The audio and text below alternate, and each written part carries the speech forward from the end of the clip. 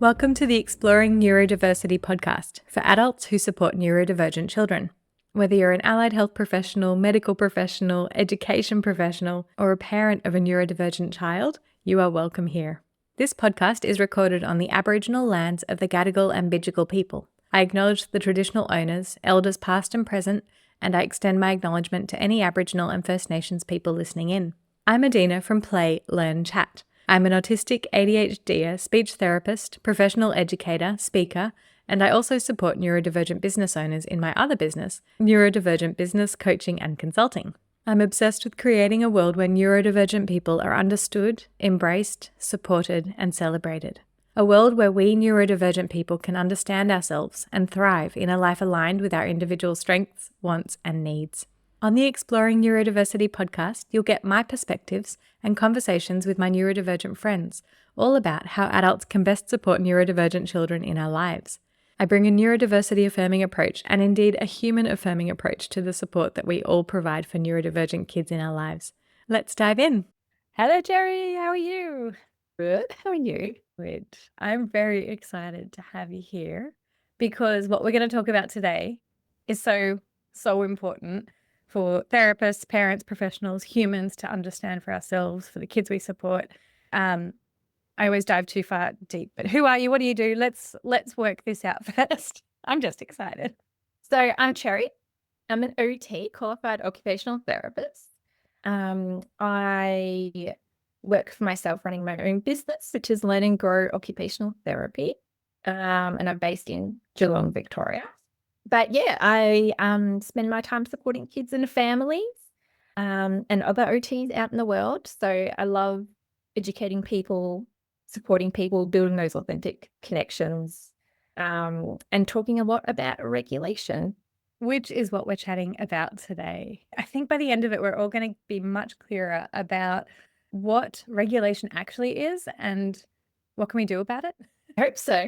That's the point. I hope so. Yes. And I know we're talking about co-regulation as well. These are terms that might be familiar to a lot of people, and I don't know that I could define them very well, but I think I've got a pretty okay idea, but I can't wait to hear from a neurodivergent OT who just thinks about this stuff, writes about this stuff all the time, teaches about it. I can't wait. So thank you for being here to join in. Thank you. It's exciting being here. My first podcast. Yes. And yeah, first of many. I'm just going to go out and say it. If anyone else has a podcast and you're listening in and you want to chat with Cheri, just do go because she's lovely. That's all I've got to say to you now. But stay and listen. So let's kick off with who you are, like a little deeper version than the bio. Can you tell us a bit about how you view neurodivergence in your own life, in yourself, and anything about your journey that you want to share about your neurodivergent brain and self? Absolutely. So I am a late diagnosed autistic and ADHD. Certainly the last couple of years, I think. I actually can't remember. Time flies. And once I kind of explored that and what it meant to me, so many things just seemed to click in place or make sense. And I felt like I could definitely understand myself much better. Especially looking back on my childhood and kind of reflecting on it. I was like, that's why there were certain situations or things that were hard that I never necessarily voiced, but were hard. And I was misdiagnosed as a kid with separation and social anxiety, which I think was actually because of my ND brain not coping with changes and new things rather than social anxiety. I mean, that sounds kind of like an autistic kid often, doesn't it? Especially girls. Yeah. Social anxiety is quite often misdiagnosed and, also told that I had like stomach migraines and stuff like that, which I don't think that was the case. I think it was just a physical manifestation of I'm not coping with this situation right now. And I masked a lot as a kid. So I was very much follow the rules, because I didn't know what to do outside of those rules. I didn't understand. I didn't know how to act. I needed those rules to fit in. So very high mask. I still am highly mask. But I am super grateful for having my neurodivergent brain. And mostly because it allows me to connect with the kids I work with on such a deeper level. Um, and it's just beautiful. It just comes so naturally. Just so many shared experiences that I have with the kids. And many of my special interests are quite like a lot of stuff I have in common with the kids as well. Tell us about your special interests, whether they're like current, past, stable, static, changing, whatever. Yeah, so I've got one at the moment, which is a newer one, and I absolutely love it, which is Moana 2. I reckon I've watched it every day since it came out on Disney Plus. Awesome. So I am so glad that I did my homework unknowingly, because I watched it finally for the first time yesterday. And we'd actually listened to the soundtrack a lot because my daughter and I, we love Moana 1. But it took her a while to feel ready to watch Moana 2. And in fact, I was ready first. So I started watching it and then she got up and kept watching with me. The soundtrack is so good. I love the soundtrack. Disney in general, I just love Disney in general. I mean, I have the same maybe like 5 or 6 movies that I have just on rotation. Please share. With no judgment. I'm just gonna list them off.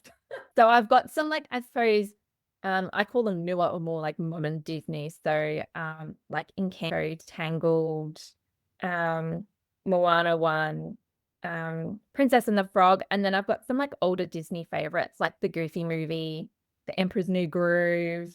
But yeah, Disney is just constantly on rotation in my house. I love that. It's such a safe thing when you have, whether it's Disney or another show. I know for so many of us autistic folks, it's such a safe comfort thing to just have it there in the background. It's like, I don't know, for me, it feels like a coming home or a coming back to my people or something like that. Yeah, it's like really, there's just something about it. I think it's familiarity as well. Just like that sense of, you know what's going to happen. It's, very comforting. Yeah. And I will say there's an extension for me, and this is probably a whole other podcast, but there's an extension for me, which is like when there's a remake, I get really nervous. So my number one Disney film is Beauty and the Beast, and probably because it came out at my most impressionable age, or like I had it on VHS and watched it probably every day around the ages of 7 to 10, something like that. And I can recite the whole thing pretty much. If you give me a line, I can just keep going. Of the original. I'm talking like, the Disney original, the 90s one. Yes. When the remake came out, like I've seen it once and it was good, but it's not the same. And they changed a few things and it was different. And I feel really uncomfortable and I don't have any inclination to watch it more than once. Yeah, no, I get that. And like one thing that does irritate me a little bit is they've changed the animation in recent years, in like the last maybe like 10 to 15 years. So if you go back and like I think the last kind of one that was done in the old school animation was The Princess and the Frog. Like the hand-drawn? Do you mean? Yeah, just like the way it looks. So a lot of it now is more like 3DS kind of thing. And I like old school stuff. Like my like creative art side of me is like, why did you change something that was good? And that was stable for such a long time. Like we were watching Alice in Wonderland maybe a month or two ago, and that is from the 40s maybe. Like it could also have been made 20, 30, 40 years later and it would have looked quite similar. It's interesting. That is interesting. Maybe we actually need to do a whole Disney deep dive episode, I'm thinking. And I actually did a string of posts and email in January about neurodivergence in Disney movies. It's brilliant. I'm going to link to some of it in the show notes because they were awesome. Yeah. It was fun. It was fun doing that. And like I had a lot of parents be like, oh, I never viewed that character as like, being neurodivergent. I'm like, oh, I think they am. Yeah. Do you have one character that you identify with? Mirabelle from Encanto, hands down. Oh, one? Like she's the youngest of 3 girls. I'm the youngest of 3 girls. Just how much she highly values family, which is something I strongly resonate with. And just that, masking, people pleasing, all stuff that I do and have done growing up. And she's very crafty like me as well. She does a lot of sewing and whatnot. So yeah. I love that so much. I see it in you. I see it in her. I think it's beautiful. And I think, there's so much to be said about the neurodivergence of the characters in Encanto. You have said some of it. I feel like with Mirabelle, it's this idea, it's like she was late to finding out her special thing. And that can be so often the experience of us late diagnosed folk. Do you feel that you're there? Because I see it from the outside. I see your special thing. Yes. Yeah. I definitely now I do, but growing up, it was definitely not the case growing up. I think because I'm so much more thoughtful now as an adult as well. So, I'm not surprised me as a kid or other kids now don't say it. Yeah. It's okay. They don't have the same brain as you do as an adult. Yes. Although I then think about all the kids who are now getting identified or diagnosed much earlier. And, maybe they, let's say on paper, look similar to us, but we found out, decades later in our own timeline. I'm so hopeful for them that they get this self-knowledge, this self-confidence, this community much earlier. Yeah. Yeah. And I love that I'm the role model of that. Like going to these kids and being like, hey, that's me too. I'm successful. I, got all this stuff going for me. Life can be great when you're an adult. I know it's hard now, but this is what it can look like. There's so many opportunities now. I love it. That's such a beautiful thing to model. And you model that you can still love Disney. You don't have to let that go. Stunning. Actually, oh my gosh, I'm just holding up because we're on camera. You could watch this on YouTube. I got a little tip, a Christmas tree ornament from Beauty and the Beast. So cute. And my daughter tried to claim it, and I just went, I gave her a different one, and I just said, absolutely not. No. But anyway, so that is cool. We definitely need to talk more Disney. Stay tuned another day maybe. But we should also talk about your professional knowledge, and I have no doubt that this intersects with your personal explorations as well. Let's talk about regulation. So regulation, talking about our bodies and our minds. What does it mean? How I would define it really not very well. So over to you. Yeah, so it is kind of a tricky one to define because it's so heavily based on people's personal experiences. But like in general, regulation is a broad term anyway. Essentially, it's kind of used to describe the set of skills that we have that allow us to be in tune with our mind, our body, and the environment, like what's around us as well, outside of ourselves, which includes other people. And so that's like a really complex relationship, when you think about it. And regulation can be anything from like our energy levels to our emotions to our bodily needs. So like, if we're hungry or thirsty, our relationship to sensory experiences, the list goes on. And it's definitely not as straightforward as what I think a lot of people think it is. It's very multi-layered and very individual experiences, and the way you target it, not one shoe fits everyone. So what do you think? What do we get wrong? I say we, I'm using that very broadly. So whether it's professionals who support kids, whether it's people in the community. I know there's a lot of parents of neurodivergent kids who listen as well. Probably more professionals, and a lot of us wear multiple hats too. What do we often get wrong? What are the misunderstandings about regulation? Yeah, I think one of the things that has led to it is a lot of misinformation. So a lot of words getting used interchangeably and getting misused. So, a lot of people don't actually understand what it means. And so I actually had to go and do a lot of my own research to really figure out and clarify, okay, well, what is all these different terms? What do they all mean? What's the relationship between them all? And there's three in particular that I hear a lot and that get misused a lot. And that's self-regulation, emotional regulation, and sensory regulation. So they're actually all different. They are not the same.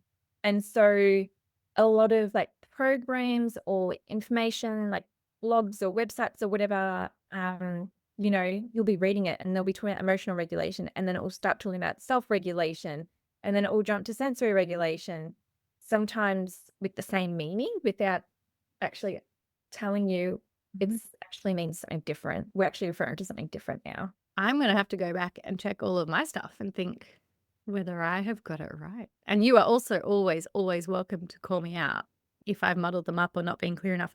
How interesting. Please keep going. I'm just going, I'm sure what I'm about to explain to you, you'll be like, oh, okay, I'm going to be using these terms correctly from now on. that's the hope. So let's fix this. So I'm going to kind of define and clarify those three for you. So when we talk about regulation and the development of regulation, our absolute end goal is self-regulation. And so that's just the ability to be regulated. So regulated could be like we feel comfortable or we can do the things that we need to do. So that might be schoolwork or that might be able to sit at the table to eat, whatever that task is. And that means being regulated despite sensory experiences we may be having, despite what's happening in the environment. So noises or people talking to you, despite who else is involved, despite what's happening in our bodies, like if we're hungry, if we need to go to the toilet, and despite the emotions we may be feeling. It's a lot. It's a lot to process all at one time. And I'm going to just have a guess and say that for neurotypical folks, more often than not, regulation is kind of there. It's there and available because all those pieces you talked about, the sensory, the emotional, everything else, just doesn't, I like the term I say flap, doesn't flap them as much as it does for us. Am I on base? And I think, like I was saying before, it's such an individual and unique experience, regulation. I think regulation doesn't ever actually finish developing.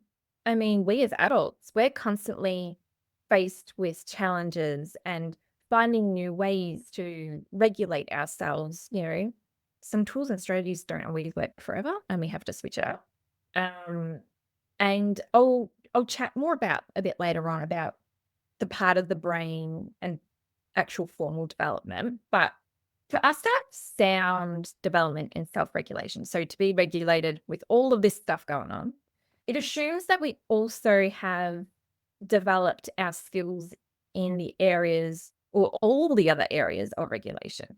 And so other areas of regulation can include sensory regulation, emotional regulation, cognitive regulation, behavioral regulation, social regulation. All of this is going on. And all of this makes up self-regulation. So self-regulation is on top, and all these other bits and pieces, all the other types of regulation come under it. It is actually much, much, much bigger than I realized. It's huge. It's huge. And so, yeah, they're all different. They all have a role to play, but they're also very, very intrinsically linked in with each other. So it's very unlikely that one area is going to be like you have challenges in one area, you've probably got challenges in all the areas of regulation. And if something happens in one area, say sensory, like sensory regulation, you're probably going to start seeing this domino effect and it's going to affect all the other areas of regulation. So like if we're dysregulated because there's too much sensory information, it means that we're not going to be able to, or it might bring on a certain feeling like anxiety, or it might bring on, a feeling of overwhelmed. So that's your emotional regulation. There's one I feel, it always comes up when I think about this sort of thing. Garbage trucks, like noisy garbage trucks going past outside, especially when I'm trying to work or record something or think, but even just a noisy garbage truck on a baseline of nothing else, it makes me angry. And loud motorbikes, like when people have made their motorbike or their car like extra loud on purpose and then they go fanging past, and like it's not just like a fright or something, or it's like it's actual deep anger. Yeah. And so that is something happening in your sensory world, your sensory regulation, that's tipping off your emotional regulation. And before you said, when I was trying to concentrate, when a garbage truck comes along, that's cognitive regulation. Yeah. So that's a whole new layer to throw it all off. Yeah, exactly. Yeah. And so a lot of the terms do get misconstrued, and particularly the three that I mentioned before. So self-reg, sensory, and emotional reg, but they're all different. And so I already kind of described a little bit about self-regulation, that it's just it's almost like its own umbrella term with all this stuff underneath it. But I'm going to clarify the other two for you as well. So emotional regulation is when we manage our emotions, our feelings, And despite those feelings or emotions, we can still do the tasks that we need to do in our day-to-day life. So when you're angry with like the garbage truck, for example, you're able to work through that and continue working. So that's emotional regulation. And so for kids and like adults, some of those skills that come with emotional regulation could be being able to identify how you feel, how or when you respond to that emotion, using any like tools or strategies to cope with it, as well as being able to continue whatever it is that you need to do in that moment. So the task at hand. Does that make sense? Emotional regulation. It really does. And I guess this stuff is easy for me to get, partly because professionally I talk about it and interact with it on, I hope, a clear enough way, nowhere near as clear as you've just defined for me. And I experience it very deeply, and I've supported people in it as well. But I guess I want to invite people listening that if you're kind of hearing it and it sounds maybe academic and you're not really getting it or feeling it, I almost want to invite everyone to try and figure out your own experience. It might not be as extreme as mine getting so angry at loud motorbikes, but I feel like even neurotypical folks are going to have these moments or these experiences where the regulation in one area is impacting on another area. Do you think, is that fair to say? We're all human, right? Yeah, exactly. Absolutely. It's something that we experience every day. Mm. It is regulation is constant. It is constantly there. Yeah, and kind of focusing on one specific example can be really good to break down and reflect. Okay, what's happening in that moment for me? Yeah.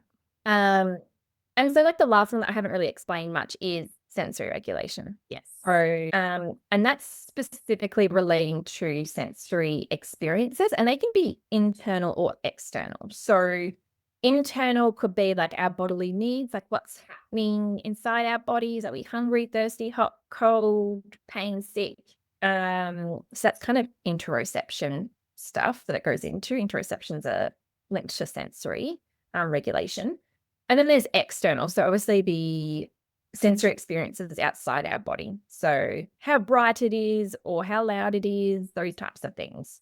So for example, for a kid trying to regulate in terms of like for sensory regulation, it could look like, well, they're having to do their schoolwork. So they need cognitive regulation to do that. They need to be able to focus despite everything else. But in terms of the sensory things that might be happening is they need to be able to cope with how noisy the classroom is, or how bright the sun is shining in on their face while they're trying to do their schoolwork. They might be hungry, their stomach might be grumbling. They might have woolen jumpers and it's really itchy, and they are sitting there thinking about all these things. The bright sun, the noisy class, the itchy clothes. And then they got rained on in the morning, and then they had the wet, sticky clothes. That happened a few weeks ago. It was like right at drop-off time. It was like this bucketing down, and I was soggy and feeling really off. So I just went home and got changed because I could. Yeah. Kids can't.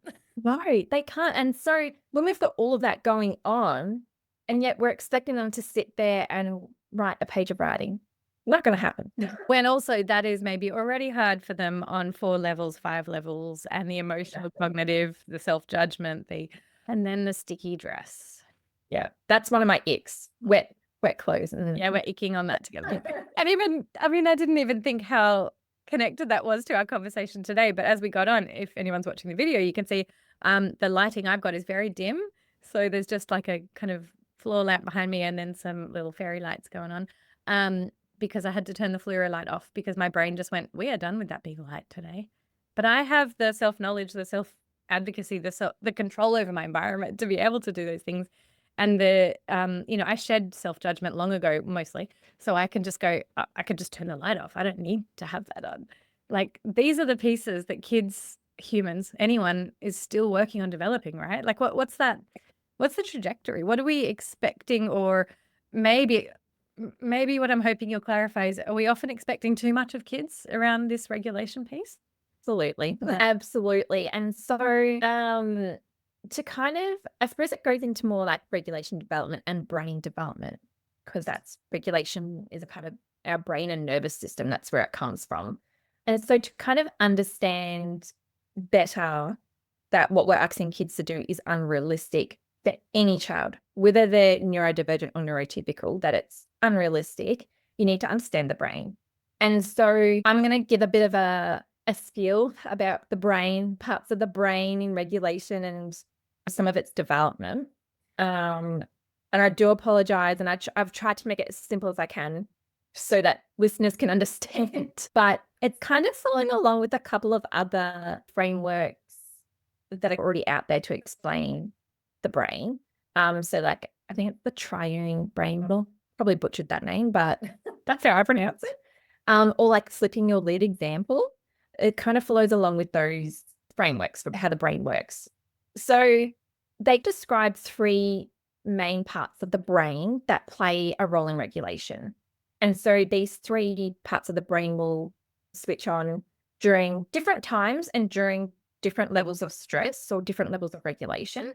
So when we're regulated, we're able to do what we need to do in the moment. So whether that's school or work, we can attend to tasks, we can cope with whatever's going on inside and outside of our body. And so the part of the brain that's responsible for that is the front part of our brain, which is called the prefrontal cortex, or the thinking brain, just to keep it simple. It does all the thinking. It does all the complex problem solving and attention and judgment and everything. And so unsurprisingly, because it's responsible for so much, it actually doesn't stop developing until our mid-20s. So when, I have a lot of families, they want to work on attention or they want to work on regulation, a lot of times I have to reframe their thinking because 6-year-old's brain is not fully developed. It's not yet ready to self-regulate for another 20 years. I have a feeling there's something around related to that executive functioning prefrontal cortex development that says until your mid-20s, there are like regulation skills and planning and decision making and emotional regulation too, that isn't going to be available until that development's complete, if it ever does get completed. Yeah. And I wonder too if that's why in America they get their licenses later. Do they get it later or earlier? I don't know. Would Americans be like more logical in their rule making around driving? They just get to drink alcohol later legally. When you look at the stats for red P platers and green P platers, Yes. huge difference, because that brain development from late teens, like 16 to 18, into more towards our early to mid-20s is different.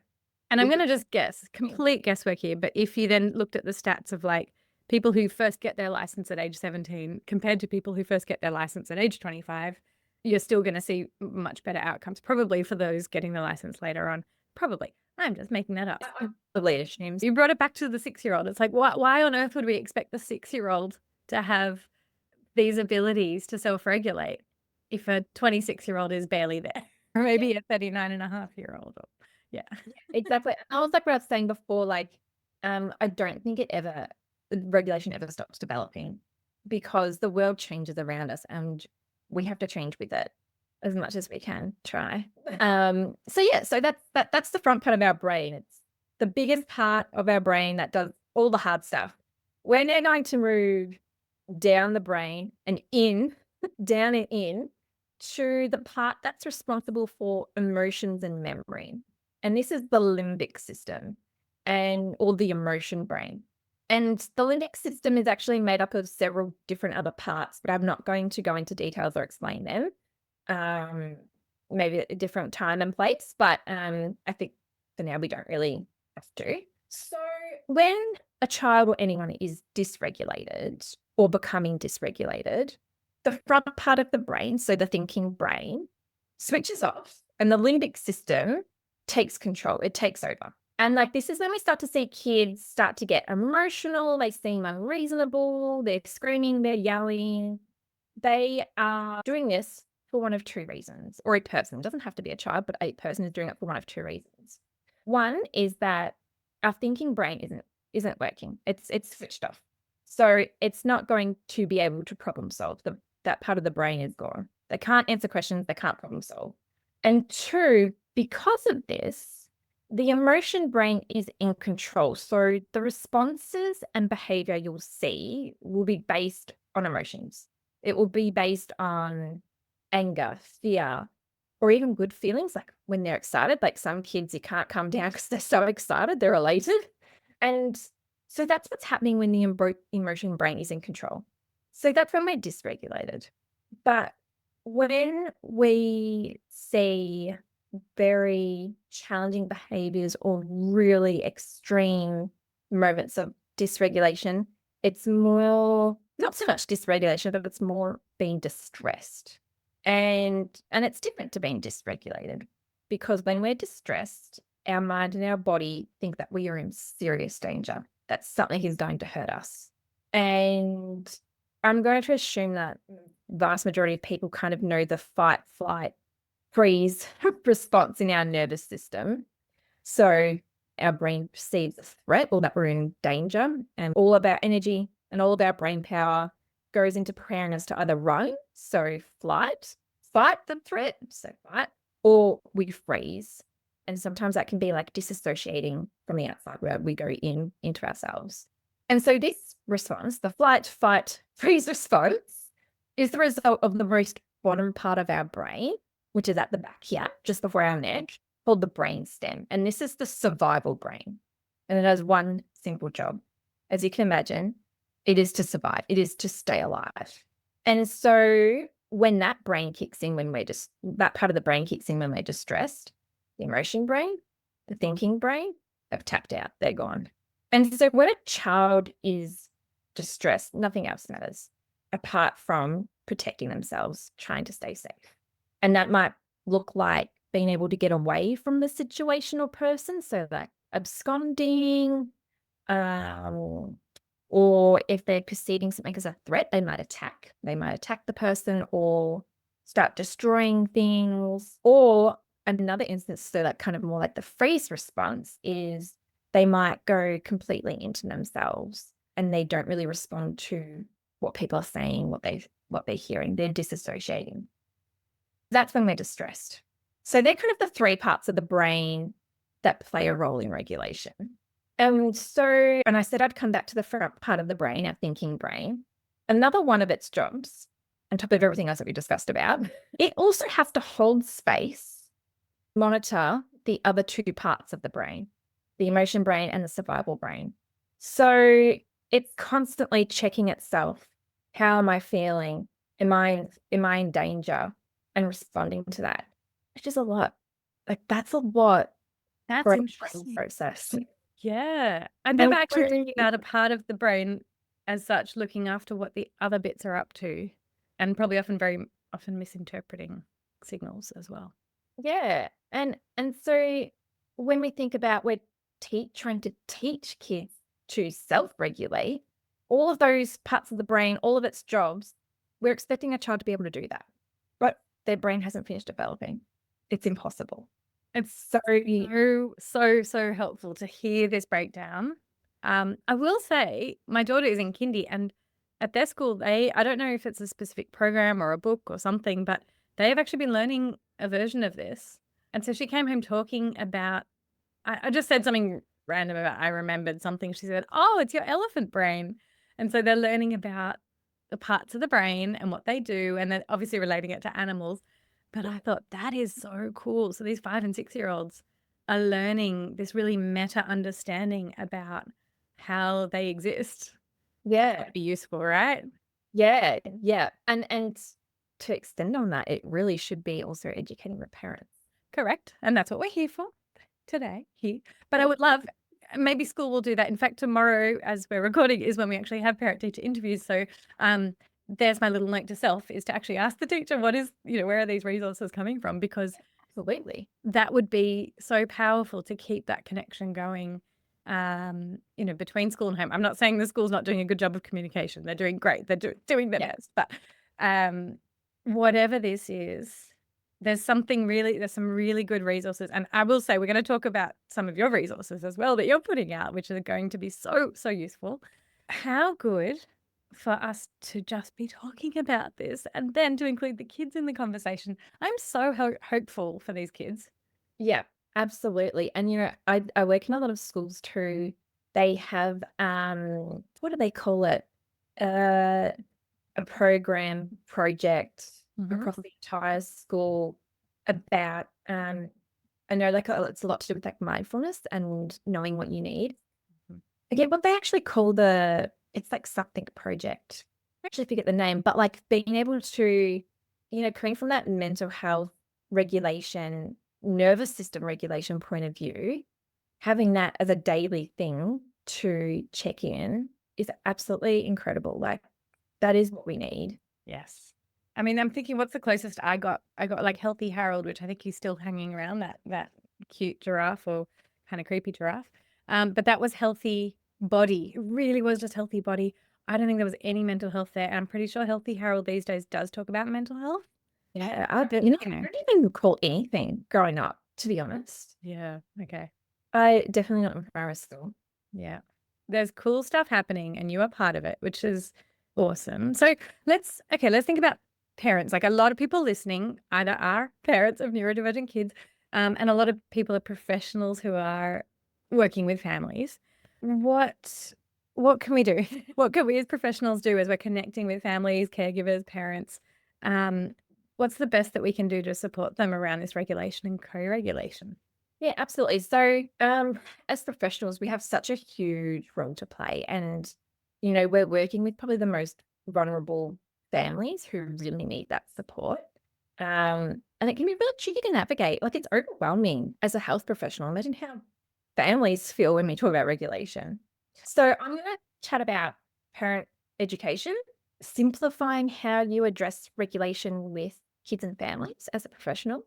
And I'm going to talk a little bit about tools versus strategies as well. So I think one of the biggest things that we can do is educate and coach parents that we work with, helping parents to realize and understand what's actually happening for their kids on the level that their kids actually have no control over it. So when we've got that thinking brain or survival brain switched on, the kids don't actually have control over that. And it can be really eye-opening for parents to realize that they're not doing it on purpose. It's not a choice. It is something that is naturally happening, but maybe just for some neurodivergent brains, it's probably more sensitive I to feel like we certain. just need to just sit on that for a moment and just all remember, which, I don't know, this is like our frontal cortex in the moment needs to remind ourselves of this fact. This is not a choice. A kid is not choosing to not listen or to act up or, so, so important. Yeah. And and so I do really enjoy a good parent coaching session. And I love educating people. Always have, always just sharing my knowledge and being able to connect on that level. But what I often do with parents is I sit down with them and we analyze just one specific example of dysregulation that they've had with their child and getting parents really curious about what's happening for their kid in the moment, but as well, what has led to that up to that point in time. So across the day or morning or whatever it may be. And so choosing just one activity or maybe just one part of a kid's routine to focus on first can be a really helpful way for us professionals to address regulation goals. Otherwise, if we're trying to address regulation across an entire day, like there are too many things happening, there's too many people involved, too many sensory experiences, there's too many environmental things to consider. Are they at school? Is it at home? It's really unrealistic, isn't it? We're not going to achieve those goals if we're thinking about it across an entire day. And it's overwhelming, even for professionals. Like, that's overwhelming. But if we can focus on just one thing, so it might be like, okay, my child struggles getting in the car in the morning to go to school. Or when we come home after school, they just seem to kind of explode. So focusing on just one thing to support and build the skills with the family, so the parents and the child, it's going to allow us to then transfer and generalize those skills to other activities and other times of day. And it's going to be less demand on the parent as well. So if we're like, oh, try deep pressure when they're angry. Well, that can happen at any point in time, can't it? And it's like constantly in the back of their minds, are they angry? Do I need to be doing this now? Like, when do I do it? Like, am I doing it right? Whereas if we know, okay, when they get home after school, we're going to do these activities, these deep pressure activities, these sensory calming activities, it's kind of gives a little bit more scaffolding and it's not so overwhelming. And the parents aren't constantly thinking, oh, are they feeling angry or frustrated? Do I need to start implementing something? So part of it is getting so specific to the challenge that then you go, okay, here's one solution, and that often can, or a thing to try, and that problem solving can then apply to many other situations. So you're skill building, but with one very specific starting point, and it's proactive as well. It's like these things aren't going to hurt a kid. If a kid didn't need deep pressure as much, but they don't mind it, that's cool. But if they need it, it's going to be helpful, right? yeah, exactly. Yeah. Yeah. And so that's what I try and do is get really, really specific. And like when we write goals, they should also be specific as well. So to an actual example. Another thing I like to clarify, particularly with families, is tools versus strategies. And these get used interchangeably as well, which is fine, but I view them quite differently. And so the way that I say it is tools are materialistic things. They're fidgets. Got all my fidgets on my table, but fidgets. And then you've got strategies, and strategies are, methods or processes or ideas that we kind of implement. So, deep breathing, it's a kind of a process or a method that we implement. And so often I see way too much weight put onto tools. So there's a heavy reliance on tools. And so it will be like adults being like, oh, you're angry, here's your fidgets. And then expecting the child to instantly be calmer and know how to use it. No, doesn't work like that. Where's the co-regulation?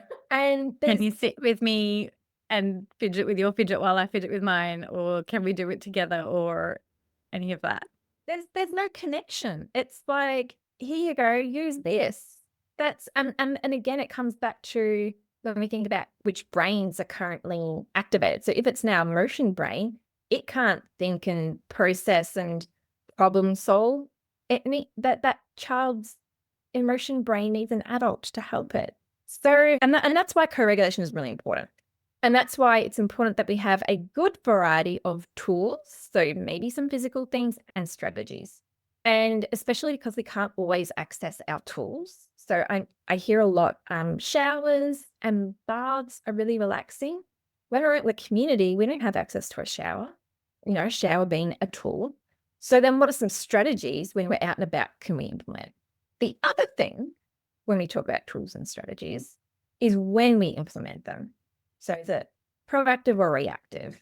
So if we implement something ahead of time to maintain, kind of what you were saying before, to maintain regulation, or when a child starts to become a bit dysregulated, that's being proactive. Reactive strategies are when it's kind of almost too late. So we're doing it after the fact. They are dysregulated. They are having a really big feeling right now. What can I do? So, and it's important to know because some tools and strategies will work at better times than others. So like, deep breathing probably isn't going to work when we're with our emotion or survival brain. It's not going to work. It's kind of almost gone, too far past the point. Breathing exercises to rely quite heavily on our front brain, on our thinking brain, because everyone kind of implements a little bit different, but you have to breathe in a certain amount of time, hold it, breathe it out a certain amount of time. Am I breathing into my mouth, my nose, which part? Is it quick? Is it slow? Is it flower breathing, square breathing, any of it? Like what are the rules? Yeah, like I know when I do deep breathing exercises, I have to really concentrate. It's hard for my brain to focus on it. So if I'm doing that if I'm like heavily in my emotion brain, like my emotion brain has well and truly taken over, it's probably not going to work. I probably don't have the attention and the ability to attend to breathing in that moment, let alone my survival brain. I'm gone. It's not going to happen if my survival brain is there. It just wants to escape. So those are some things that professionals can do to support regulation with families coming from a more co-regulation model, because we're kind of targeting parents when we talk about co-regulation. I'll jump into the next step of that, phase of that, I suppose, is what can parents do to help their kids regulate?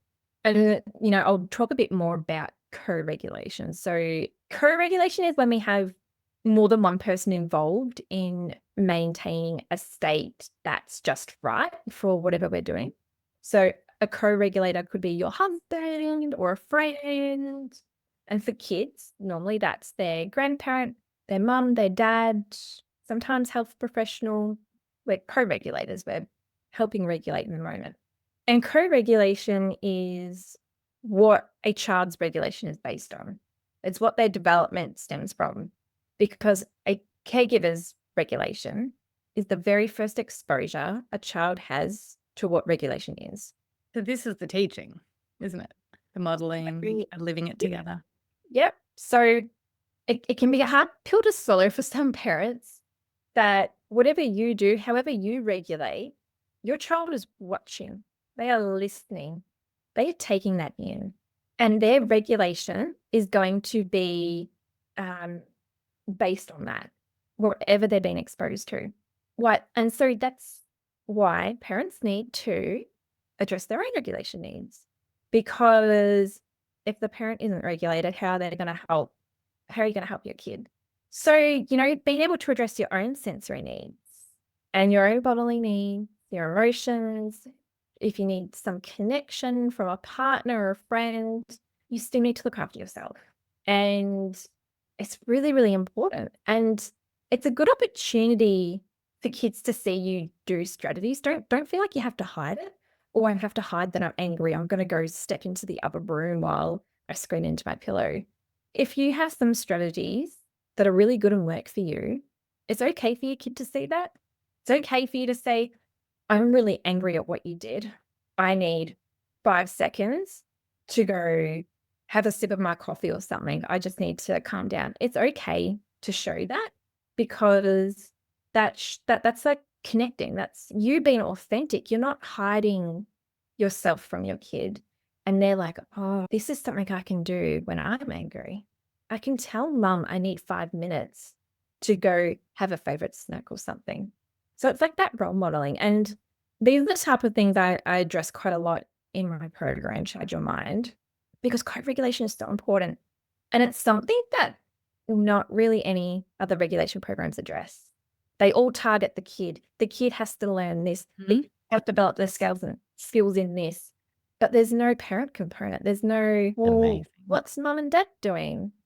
What they're stuck too. It's not just the kid that's stuck. Mum and dad need help as well. Powerful and so needed. I will need your Charge Your Mind program. I do. And I'm going to offer a story here. It's very raw because it was yesterday. And what I want to share here is that it highlights what you were saying. And I hope that it also shares the point that I'm sure you agree with, which is none of this is to say that any of us parents should have any kind of self-judgment or guilt when we get it wrong, because we are going to get it wrong because we are human. I'm going to admit I got it wrong. And then it's the repair of that, I think, that really matters. I'm giving myself grace here. I hope that's correct. But what happened was, so my big kid is nearly 6. My little kid is 1.5, and they get on so well. They love each other and it's gorgeous. But there's also kid-like exuberance that gets in the way sometimes of things going well. And so little kid, they love stealing my water bottle. It's their favorite thing. So whatever I've decided is my water bottle that day, and I have a few, it's theirs. So whatever. And it was quite a heavy one, and little one was holding it, drinking from it. Big kid got really excited about something else, physically just was not in control of that moment. Kind of either grabbed it, reached for it, or did a movement, whatever. She caused the water bottle to fall on little one's toe. And that's a heavy water bottle. Now, in that moment, I was really worried because I knew that would be a big owie. So I got angry and I said, so I'm trying to think what I even said to my big kid. I'm really not proud of this, but I'm gonna say it. I teach this stuff all the time, but I get it wrong. And I got really high arousal, and I just said something like, I told you not to grab it. Now she's hurt her toe, something like that. I just got really I'm so unproud of what I did. And then I said she needs an ice pack, and big kid, sad and remorseful, went and got the ice pack and brought it over, and then went off and got very sad on her own. And I was like, oh my gosh, what about that? So I was a little kid, ice pack on toe. She was okay. She was actually okay. Toe is fine. And then I went and addressed myself and I went, oh, okay. I just had a huge angry response. None of it was her fault. I put her into shame now because she's thinking that she did something wrong. Anyway, so we repent and we have a lot of very, very open discussions about emotions. Partly it's, the speechy and me coming through into my mum role, very much. And so we talked about it. And one of the things we talked about was, one thing she's working on is giving people a little bit more space. And that was kind of how it all got triggered in the first place. It was part of a thing she's practicing that's hard for her. And I said, a thing I'm practicing that's hard for me is sometimes I get really angry really quickly, but actually it's because I'm worried. And then I don't control that. And then I just say things in an angry way. And she said, yeah. And I said, I need to practice that. And she said, yeah. There's my story. But like, This is my therapy session, Cheri.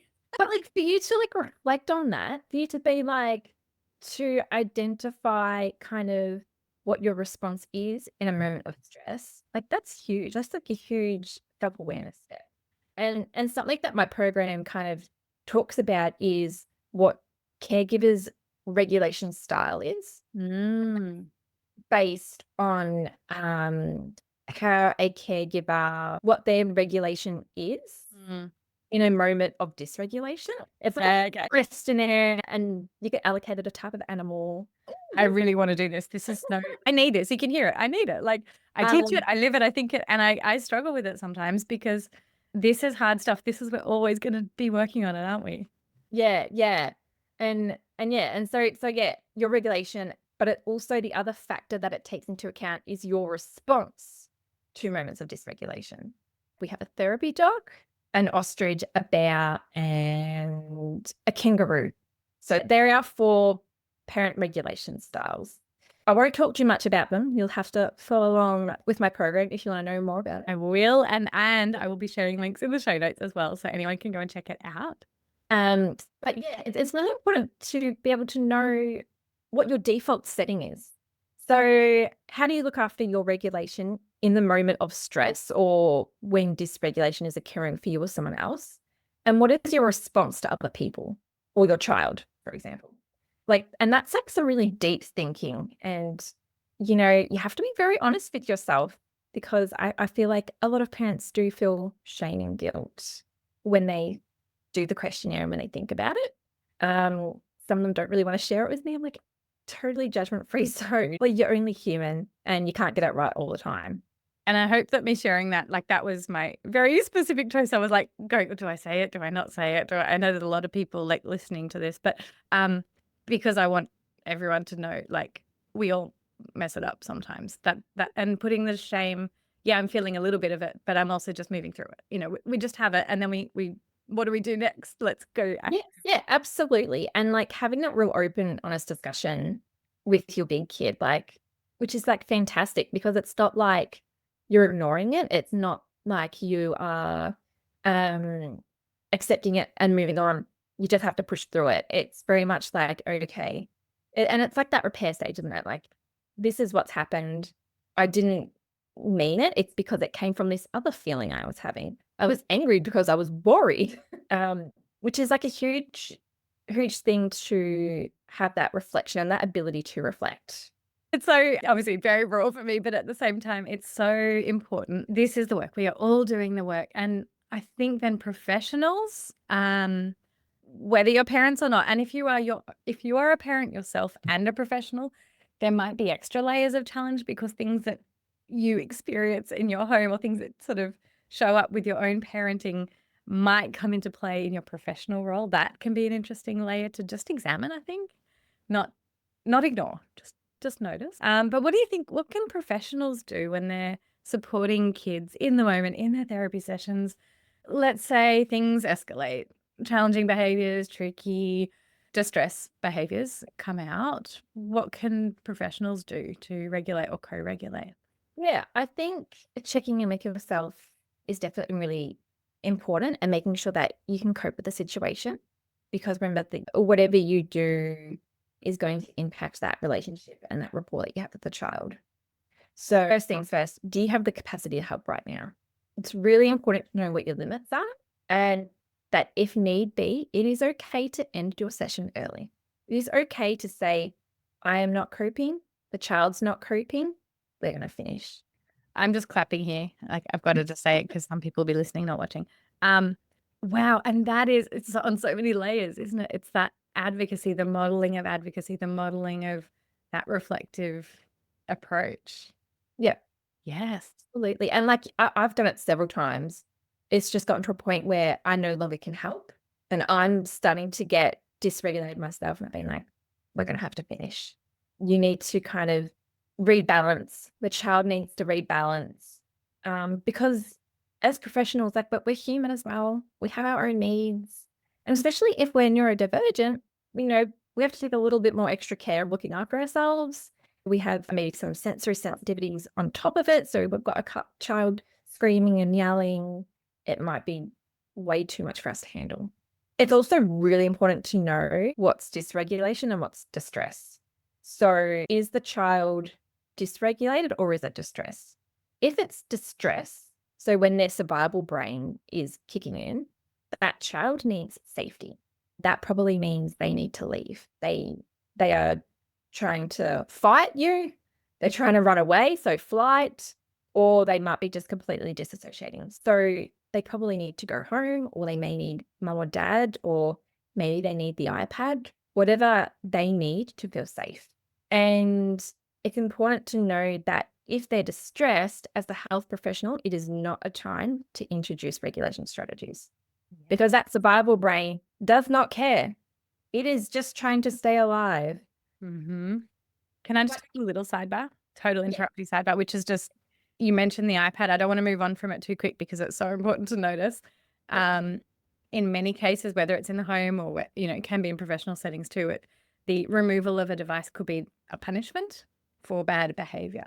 And that is the total antithesis of how we're saying this bad, air quotes, bad behavior. This bad behavior is complete, out of control, not the child's fault, distress or dysregulation. And sometimes for some kids in some settings, that time on the device is the one thing that they would have needed to actually regulate. Yeah. And screen time is a whole bucket of information itself. Maybe we talk about that another time because that's a big I need to because it is its whole thing when we talk about screen time, and there's a lot of different opinions out there in screen time, and a lot of people are very loud about it, which can be hard for neurodivergent, kids and that because their brains work differently, so they process screens differently. It may not be the same as other kids. Sorry, I completely sidebarred you, but it is such important point. I think we need to revisit this. Sorry. So you were saying, like, we need to sometimes just stop. It's not the time to teach strategies. It's not the time to keep the session going sometimes. Yeah, absolutely. And so, recognizing when it's distress. If they're dysregulated, dysregulation can be on different levels. It's not as clear cut as dysregulated and then distress. Like dysregulation kind of builds up. There are going to be some strategies that work better than others. But in all instances, if they are dysregulated, reducing the demands, so kind of removing any pressure on them, reducing your language and questions, because remember, our emotion brain is kicked in. So the inside part of our brain is kicked in. Our thinking brain can't comprehend and answer questions. And it's okay to just sit there with them, as long as if you're there, as long as if you're present and you're there for when they need you. And you might sit there and maybe if they're not too dysregulated, you might role model some strategies and tools that they are familiar with, that you've already practiced and worked on when they're being regulated. So again, not introducing anything new and no demand that they have to do it. It's just you there present, role modeling, co-regulating. And, I did this the other day. It was a telehealth session and I had one of my kiddos after school, complete meltdown. And I sat there as they had their meltdown for about 5-10 minutes. I was just there, ready for when they were. And when they were ready, we worked out that they were hungry. And I was like, I think maybe we should have a snack. Maybe we can have a snack before we do anything else. So powerful. I have a question for you. Yep. a very like your personal moment in that. How did you feel while you were sitting there next to that dysregulated child? And what did you do for yourself in that moment? Yeah, so I guess a little bit different because it was online, so it was a telehealth session. So, You can mute. You didn't mute, but just saying it's available. You can turn the volume down. Go on, keep going. I think, it did offer me some of that space that perhaps I could have needed. End of the day, everyone's tired. Kids and me, we're tired. Um, but also I know my clients really, really well, and I knew, okay, one of these basic needs isn't being met, and I knew that. And so I just had to wait until that it was a time that emotion brain was slowing down and the thinking brain was kicking back in again, um, for us to figure out, okay, what's actually happening.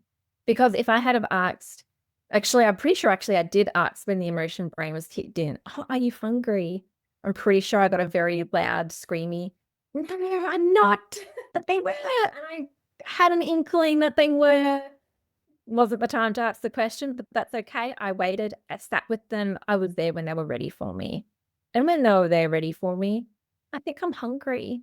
Yeah, that's okay. I think I'm just noticing as well this thought popping up. It's like if the child is a PDA, even more so like that moment where we, the outside people, suggest a strategy or an idea for them to try, it's going to be a like, no, that's a terrible idea. But letting them figure it out when they're ready to, will be like, oh, okay, I'll do the thing. Absolutely. Yeah. And definitely for like PDA kids, that need that autonomy and that drive for autonomy. Yeah. And so it can be just powerful just sitting there and just for them to know, I'm here, I'm ready, I see you, I hear you. What do you need from me? It can be so powerful. And it feels can we feel a bit odd at first because like you feel like you're sitting there not doing anything and you might be panicking. Oh my God, like what do I do? But it's okay to just sit there with them in the moment. It's okay.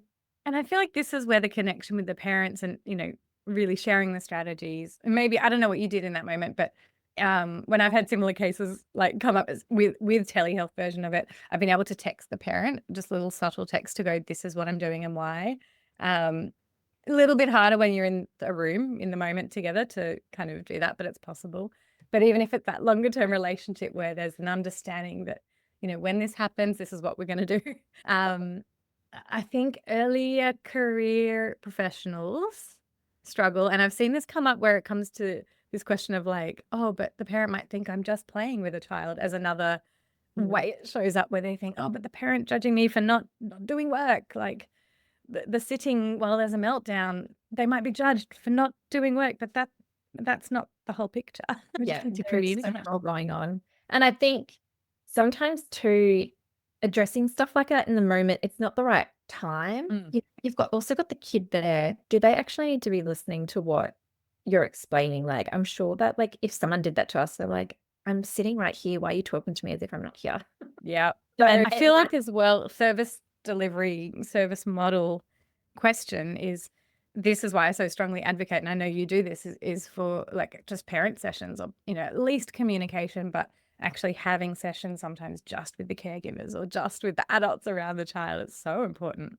Absolutely. Absolutely. And, even being like to the parent at the end of the session, oh, I'm going to flick you a bit of an email just about today. So just get you on the email tonight and then explain it in the email then, or, and then offer, would you like to discuss that further? Or do you feel like this is something you need more support with? And it's hard though. Right. You always have to justify yourself. Like it's hard. There's a lot of social pressure on us as professionals. So give yourself grace. You are human. Sometimes we make mistakes. That's fine. But yeah, it can be hard for us as well. And I think sometimes parents forget that.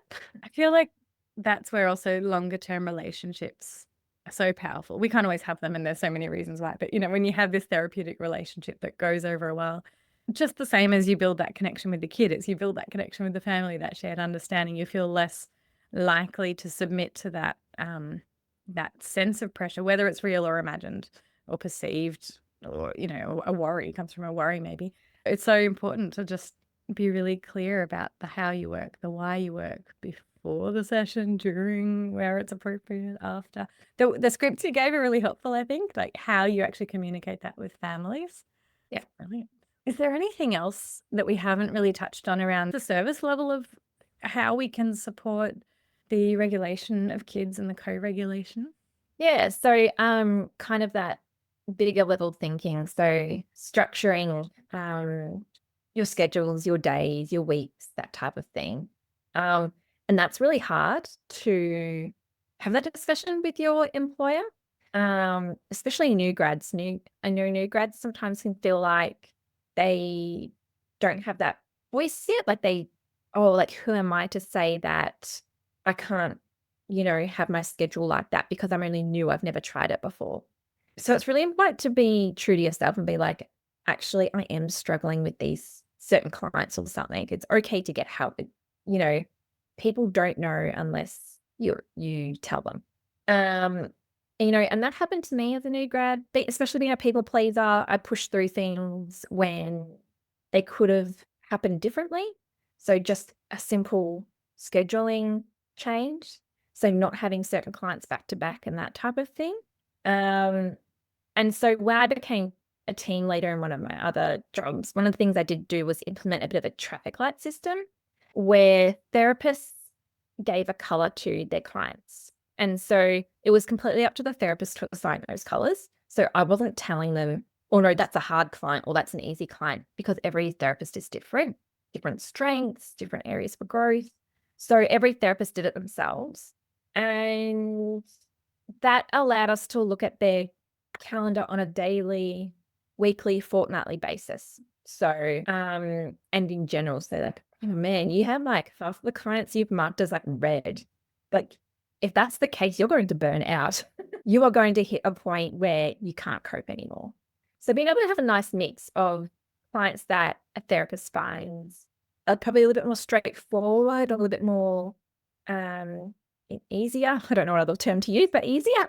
As well as some that is challenging as well, because we still need to learn and grow. I think that's so important. It's the permission to self-advocate, because if you yourself are not okay, well, let's just say okay to be an umbrella term for all these kinds of regulation we've been talking about, you will not do a great job for your clients.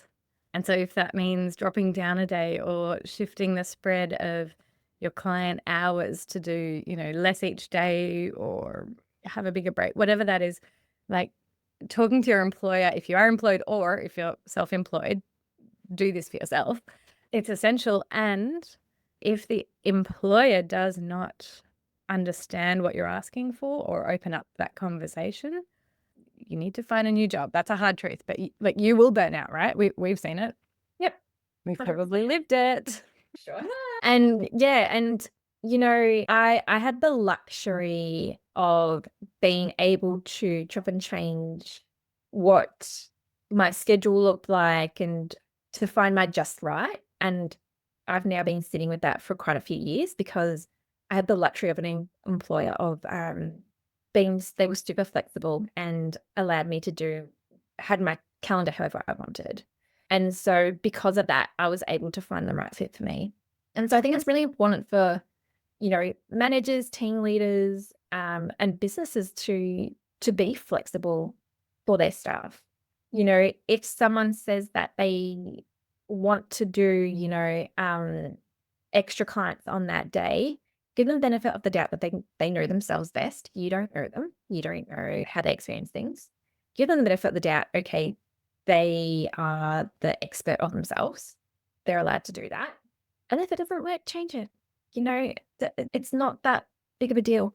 It might be a pain to reschedule some people, but in the long run, how else are you going to know if it works unless you try? And what's the bigger pain? Like you yourself, the grown-up, having a meltdown, or, just having a few back and forths to fix up the calendar? Or even like emergency leave because you burnt out and you have to take 3 weeks off. Yes. Yeah. So as a manager, what would you prefer? Would you prefer to try something that may or may not work, or that your employee is probably going to be burnt out in a month's time and who knows, they may even leave that job because the expectations you're placing on them are unrealistic. Yeah. Yeah. And look, I'm going to just throw in a shameless plug for my other business here is that if you're self-employed and you're neurodivergent and you're struggling to figure out what this is supposed to look like for you, this is exactly what I do in neurodivergent business coaching and consulting. Honestly, we've shifted from, it's still the same topic that we've shifted from the regulation for kids to going, it's the same concepts for us grown-ups. And we're zooming out to like, how do we ensure that we ourselves are okay? And that is so important. It's the same concepts, but we just have to apply it in our grown-up world. So if I can help you on a business level, I'm going to pop my own link into the show notes. And before we wrap up with Cheri, because I know we could just keep going. So first thing I'm going to put it out there is if anyone has any thread of what we've talked about today and you want us to go and chat about it more, just send me an email and we can do it. Completely. I'd love to. If you want to. I just think there's so many different directions we could go. Is there anything that we've missed or anything you want to highlight or re-highlight around the ideas of regulation, co-regulation, and especially please do share the resources that you're creating and you've been creating that are just so flippin' useful. I can't wait to get my head into it because I clearly need it. What else can we do to keep this learning going? Yeah, absolutely. There's so many great resources out there. A few different books and things. The Whole Brain Child is one that I often recommend to families. If you've got the time and space to read a full book. Yeah. I do have resources also on my website. So I've got one called Regulation Rescue. So it gives a bit of a step-by-step process of what to do in terms of dysregulation. So really simple, Yes. free. All of these links are going to be in the show notes. Keep going. What else have you got? And I've also got some different groups. So I do run some parent groups as well. So talking a lot about what we've talked about today. Also have a lot from my program, Charge Your Mind. So I'm one of the co-developers. It's not just me. Hannah is my co-developer. So Charge Your Mind, if all has gone to plan, will be available by the time this podcast comes out. So fingers crossed it is. I hope so. And that's going to be, I'll say that's like kind of end of April-ish. And Yes. regardless whether it's fully ready or not, we're going to have a link in the show notes and you can go and learn more. And, whether it's fully ready or just on the cusp of being launched, the info will be there. Yeah, absolutely. And the first stage is called Battery Bootcamp. And so it is directly targeted at parents and caregivers. And it is a workbook and resources that covers everything. It covers regulation development, your own regulation style, how to support your own regulation, and the beginnings of supporting a child's regulation. So noticing their triggers and their signs. It's also a really good one for health professionals to use with families for coaching and education sessions as well. So parents can use it on their own or health professionals can implement it with families. And then we've got other stages coming out as well, which is super exciting. There's some incredible, I know I've seen some of your resources. I've got some. I love watching what you're creating and thinking. And this chat has been so clarifying for me. I'm going to have to think more on it. And I can't wait when I go back and listen back and edit it again. I'm actually really, really excited. Yeah, it's huge. And it's probably like a complete information overload. So please do reach out if anyone has any questions or there's something that didn't quite make sense, whatever that may be, because it is a lot and it's a lot to unpack. And that's what I was saying at the very start. It's not as straightforward as people think it is. Yes. But yeah. Yeah. So, definitely get in touch with Cheri. She is Learn and Grow OT. You don't have to remember anything. It's all going to be linked up in the show notes. But on Instagram, go straight away if you are there and go follow her. She is learn.grow.ot. And so, I'm so excited. There's so much more that we can all do on this ongoing journey. I love it. I appreciate this space. I really that I've got so much to sit with. And I can't wait to hear what anyone listening or watching has, what's popped up for you. What are your next questions? And maybe they'll turn into another episode or a resource. Absolutely. Yeah. If there was something that you want me to dive more in depth with or anything like that, would love your thoughts. Yay. Thanks so much for coming on, Cheri. Beautiful. Thank you. Thank you so much for sharing this space and time with me. Thank you for being open to learning and unlearning and to listening to the perspectives and experiences of neurodivergent folks. If you found this episode helpful, please share it with a friend, share a screenshot on Instagram, pop a 5-star rating and a review in your favourite app, and join me on Instagram and Facebook. I'm at play.learn.chat. Have a spectacular day.